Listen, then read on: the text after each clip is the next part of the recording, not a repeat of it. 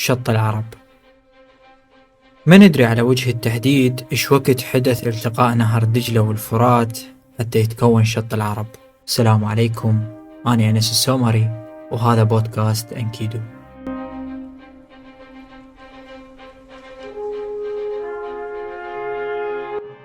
أقدم النصوص التاريخية لحد الآن هي الأخبار الآشورية من العصر الآشوري الحديث، مثل حملة سنحاريب البحرية على بلاد عيلام بسنة 696 قبل الميلاد، وياها أخبار المؤرخين اليونان والرومان والعرب، واللي تشير كلها إلى أن دجلة والفرات كانن يصبان منفصلين بالخليج وما التقوا بشط واحد، وهذا اللي أكد المؤرخ اليوناني هيرودوتس بالقرن الخامس قبل الميلاد.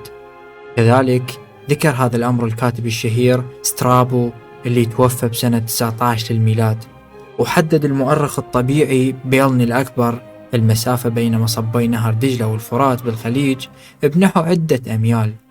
مهما راح يكون الحال وبالرغم من عدم معرفتنا الدقيقة للزمن تكوينه، بس شط العرب يتكون الآن من التقاء نهر دجلة والفرات بمنطقة القرنة بالبصرة، ويبلغ طوله من القرنة حتى الخليج حوالي 204 كيلومتر.